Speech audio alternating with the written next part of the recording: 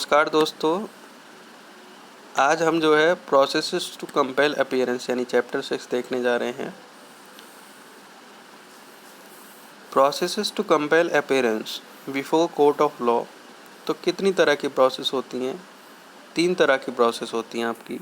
एक होता है समन, दूसरा होता है आपका वारंट, तीसरा होता है आपका प्रोक्लेमेशन एंड अटैचमेंट। तो आज की वीडियो में हम सिर्फ समन तक देखेंगे कि समन क्या होता है।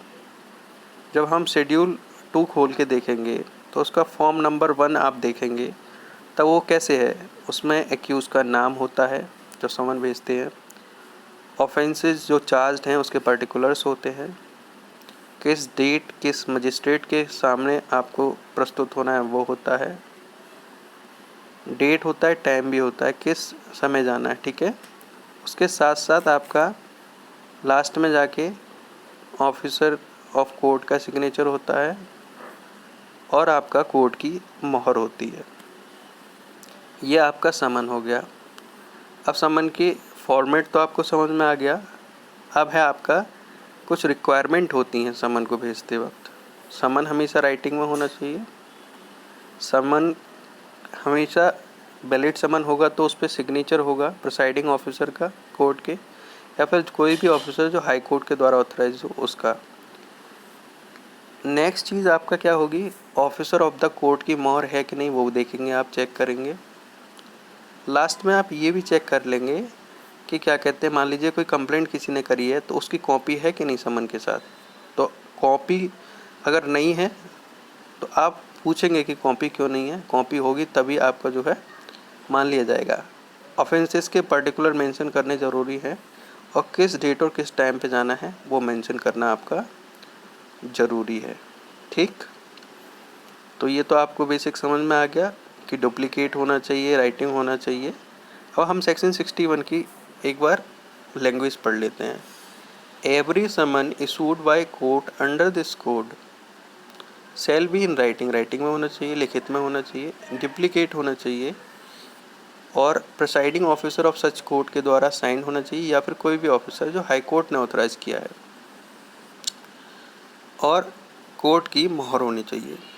अब समन हाउ सर्व्ड, समन को जो है पहली बात तो कौन सर्व करता है ये समझ लीजिए। समन को पुलिस ऑफिसर सर्व करता है, या फिर आपका ऑफिसर जो आपका क्या कहते हैं ऑफिसर ऑफ कोर्ट होता है वो कर सकता है, या फिर कोई भी पब्लिक सर्वेंट कर सकता है जो स्टेट गवर्नमेंट के द्वारा आपका इस बिहाफ पे मेंशन किया गया है। अब समन कैसे सर्व किया जाएगा, मोड ऑफ सर्विस ऑफ समन कैसी होगी, पर्सनली आप सर्व कर सकते हैं, या फिर बाय डिलीवरिंग और tendering to him one of the duplicate of the summon. ठीक है, या फिर आप जो है एक डुप्लीकेट उसको दे देंगे, और एक डुप्लीकेट जब देंगे तो दूसरे डुप्लीकेट पे आप बैक पे उसके साइन लेंगे, रिसीविंग लेंगे कि आपने जो है समन सर्व कर दिया है। ठीक, उसके बाद आपका सेक्शन 63 देखते हैं हम, service of summon on corporate body and society. Corporate bodies और सोसाइटीज़ में आप सर्विस ऑफ समन कैसे करते हैं। तो जब भी कॉरपोरेशन के लिए आपको सर्विस ऑफ समन करनी है तो या तो आप सेक्रेटरी को भेजेंगे करेंगे, मतलब पर्सनली सेक्रेटरी को देंगे, या लोकल मैनेजर को देंगे, या फिर कोई भी principal officer of the corporation है। ये तो आपका पर्सनली जब आप सर्व करते हैं तब की बात है। अगर वहीं आपको जो है लेटर से सर्व करना है, ठीक है, लेटर भेजना है, तो उसमें एड्रेस होना चाहिए chief officer of the corporation का, कि हम chief officer of the corporation को आप जो है लेटर भेजेंगे, और वो लेटर ये मान लिया जाएगा कि वो पहुंच गया है, जैसे कि ऑर्डिनरी कोर्स में जाता है उसी हिसाब से हम मान लेंगे कि हाँ ये जो है पहुंच गया है, ड्यूली सर्व हो गया है। कॉरपोरेशन का मीनिंग क्या होता है, कॉरपोरेशन में आपका कोई भी इनकॉर्पोरेटेड कंपनी, जैसे जो कि कंपनी एक्ट में आपका इनकॉर्पोरेट हुई है, या फिर कोई भी अदर बॉडी कॉरपोरेट, उसके साथ साथ ये एक सोसाइटी भी इंक्लूड करता है जो सोसाइटी रजिस्ट्रेशन एक्ट 1860 के द्वारा रजिस्टर्ड है। अब आप देख लेते हैं service when person someone can not be found. जब कोई व्यक्ति जिसको समन भेजा जा रहा है और ऑफिसर की या जिस पुलिस के द्वारा आपका दिया गया है उसकी ड्यू डिलिजेंस के बाद ये देखा जाता है कि वो व्यक्ति आपका मिल नहीं रहा है, तो हम जो है किसी भी उसके जो फैमिली मेम्बर है उसमें कोई भी आपका वयस्क मेम्बर है, एडल्ट मेम्बर को आप जो है दे सकते हैं फॉर्म, मतलब समन का जो फॉर्म है वो दे सकते हैं, समन दे सकते हैं। और जो पर्सन जिसको आपने जो है समन दिया है तो सर्विंग ऑफिसर उससे रिसीप्ट ले लेगा डुप्लीकेट पे, ठीक है, कि हमने जो है इनको समन दिया है, तो वो जो व्यक्ति है वो आपका साइन कर देगा, रिसीविंग दे देगा। अब इसमें एक्सप्लेनेशन में दे रखा है कि ये दे रखा है कि जो सर्वेंट होता है यानी कि कोई भी सेवक हो गया आपके घर का, वो मेंबर ऑफ फैमिली में आपका इंक्लूड नहीं होता है। समझ में आ गया? ये क्वेश्चन पूछा जाता है whether servant is member of family और not, so it is not the member of family. Next question क्या पूछा जाता है, सेक्शन 64 को हम एक्सटेंडेड सर्विस भी बोलते हैं, ठीक है, कि ये जो है एक्सटेंडेड सर्विस बोली जाती है जब भी कोई व्यक्ति नहीं होता है तो उसके any adult member of the family को सर्व करना होता है, तो इसको हम एक्सटेंडेड सर्विस बोलते हैं, ठीक है। सेक्शन 65 को जबकि हम सब्सटीट्यूटेड सर्विस बोलते हैं या सर्विस बाय अफिक्सर बोलते हैं, ठीक। क्या बोलते हैं 65 को? सब्सटीट्यूटेड सर्विस या सर्विस बाय अफिक्सर। इसमें क्या होता है, जब आपका जो है 62, 63, 64 और ड्यू डिलीजेंस के बाद ये देखा जाता है कि सर्विस इफ़ेक्ट नहीं हो पा रही है, सर्विस नहीं हो पा रही है, तो ये क्या करते हैं, एक समन को जाते हैं, ठीक है, समन की डुप्लीकेट लेते हैं, उसको जो है एक महत्वपूर्ण पार्ट पे यानी कॉन्स्पिशियस पार्ट जो होता है घर का उस पर चिपका देते हैं, ठीक है, या फिर कोई भी होम स्टेड हो गया उस पर चिपका देते हैं। कॉन्स्पिशियस पार्ट वो होता है जो आते जाते लोगों को दिखे, ऐसा जगह उस पर आप चिपका देंगे, उस पर अफिक्स कर देंगे, ठीक है। In which the person summoned ordinarily reside, सामान्यतः जब जिसको समन किया गया है वो आपका रहता है उस जगह। And thereupon the court after making such inquiry as is think fit, उसके बाद कोर्ट देखो इंक्वायरी करता है और ख़ुद को संतुष्ट करता है कि या तो वो ये डिक्लेयर कर दे कि समन जो है आपका either declare that the summon has been duly served और ऑर्डर फ्रेश समन्स या fresh service in such manner as it's considers proper. या तो वो ये मान ले कि भैया समन ड्यूली सर्व हो गया है, या फिर वो ये मान ले कि फ्रेश सर्विस ऑफ समन करना ज़रूरी है, जैसा भी उनको प्रॉपर लगे वो कर सकते हैं। तो ये डिस्क्रिशन ऑफ द कोर्ट है, ठीक है। उसके बाद है आपका service on a government servant. जब भी गवर्नमेंट सर्वेंट की बात आती है तो अगर वो आपका एक्टिव सर्विस में है गवर्नमेंट की, तो जो आपकी सर्विस ऑफ समन है उसको हम आपका सेंड कर सकते हैं डुप्लीकेट में हेड ऑफ़ द ऑफिस पर, ठीक है, जिसमें कि आपका पर्सन आपका एम्प्लॉयड है। अगर हेड ऑफ जो हमने हेड पे भेजा है ना, जो हेड ऑफ़ द ऑफिस पे हमने भेजा है, तो जो हेड ऑफ ऑफिस की ड्यूटी है कि उनको जो है पर्सनली सर्व करा दे समन को, ठीक है।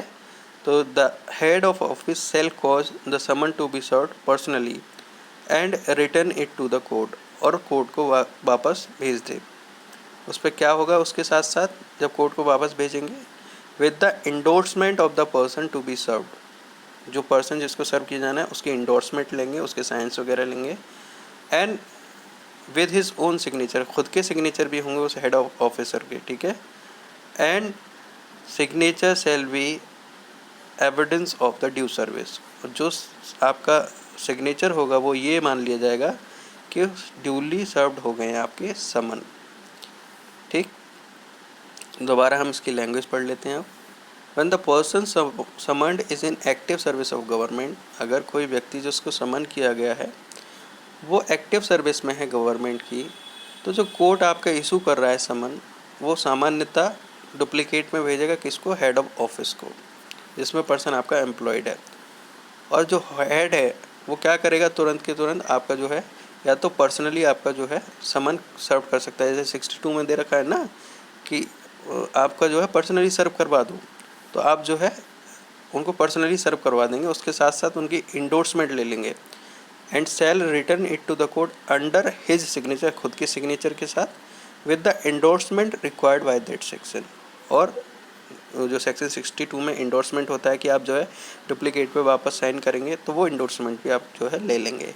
सच signature shall be evidence of due service. तो जो आपका सिग्नेचर है वो क्या माना जाएगा कि आपने समन जो है ड्यूली सर्वे दे दिए, ठीक है, ड्यूली सर्व कर दिए। उसके बाद service of summon outside local limit, ठीक। When a court desires that summon issued by it shall be served at any place outside its local jurisdiction। जब कोर्ट को ये आपका डिज़ायर है, यानी कोर्ट को ज़रूरत होती है कि समन जो है एक ऐसे प्लेस पे जाना है जो उसके लोकल जुरिस्डिक्शन के बाहर है, तो ये सामान्यतः क्या करेंगे, उस मजिस्ट्रेट को भेजेंगे जिसका उसमें केस में जुरिस्डिक्शन होगा, या जो उस मजिस्ट्रेट को जो उस प्लेस में आपका जुरिस्डिक्शन रखता है, ठीक। तो पहले आप उसको भेजेंगे और उसके बाद क्या होगा, और is to be there served, फिर उसके बाद जो है उसको सर्व किया जाएगा। अब क्या है आपका proof of service in such case when service officer not present, ठीक, सर्विंग ऑफिसर नॉट प्रेजेंट। मान लो सिचुएशन ये आ जाती है कि जो जिसने सर्विस ऑफ समन की है वो ऑफिसर आपका प्रेजेंट नहीं है, तो ये चीज़ एफिडेविट पे आपका चल जाएगी। एफिडेविट के साथ साथ आपका जो भी डुप्लीकेट है समन का, जो आपने रिटर्न किया है जिस पे इंडोर्समेंट है, वो आप पे ऑब्वियसली होगा, तो उसको एडमिट कर लिया जाएगा, ठीक है, एज एन एविडेंस वो काम कर देगा। तो यही इसमें बोला गया है, when a summons issued by court is served outside it's local jurisdiction and in any case when the officer who has served a someone is not present at the hearing of the case. मान लो जब case सुना जा रहा है वो नहीं है present, तो an affidavit purporting to be made before a magistrate, ठीक है, कोई भी एफिडेविट तो बनाया होगा that summon has been served, ठीक है, तो वो and a duplicate of the summon, उसके साथ साथ एक डुप्लीकेट भी होता है समन का जो वापस आता है इंडोर्समेंट के साथ, ठीक है, कि किसको डिलीवर किया गया था या किसके द्वारा डिलीवर किया गया था या किसके द्वारा टेंडर किया गया था, वो एफिडेविट होता है। तो shall be admissible in evidence, एक तरह से उनको एविडेंस की तरह एडमिसिबल कर लिया जाएगा। And the statement made therein shall be deem to be correct, और जो भी स्टेटमेंट उसमें बनाए गए हैं एफिडेविट या फिर जो डुप्लीकेट के रेफरेंस में, तो ये मान लिया जाएगा, एफिडेविट में होता है जनरली स्टेटमेंट, तो ये मान लिया जाएगा कि वो करेक्ट हैं unless and until contrary the proved, ठीक है।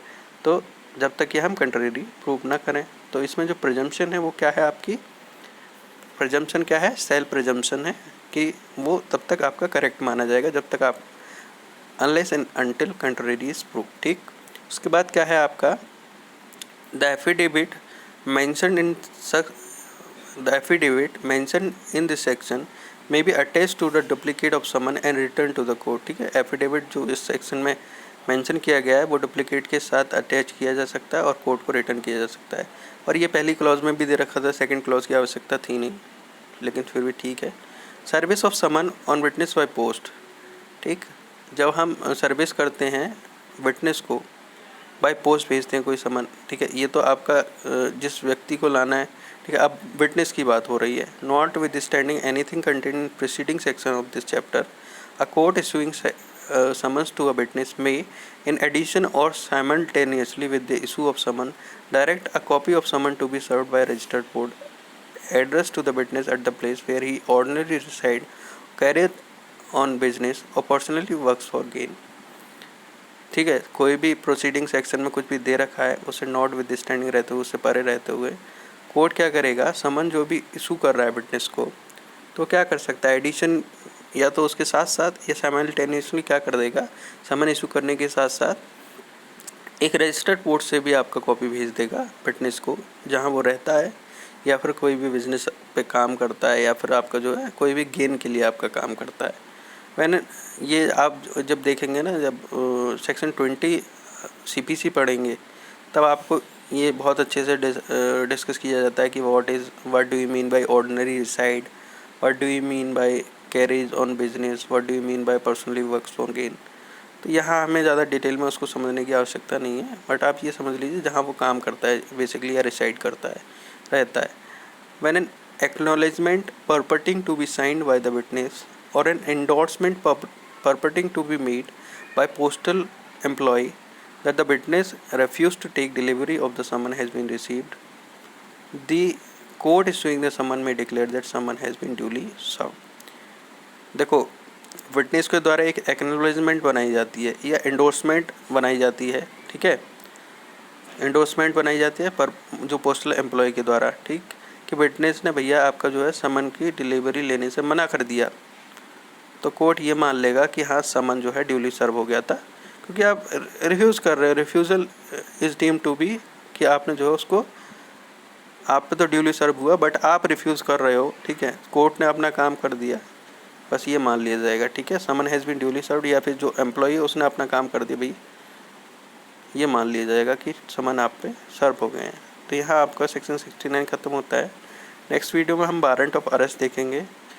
इनमें कुछ ज़्यादा खास है नहीं, सिर्फ सेक्शंस ही है, तो बाकी हम नेक्स्ट वीडियो देख लेंगे जिसमें हम 70 से लेके आपका 81 तक डिस्कस करेंगे, ठीक है। हाँ, तो ये आपका ख़त्म होता है। धन्यवाद।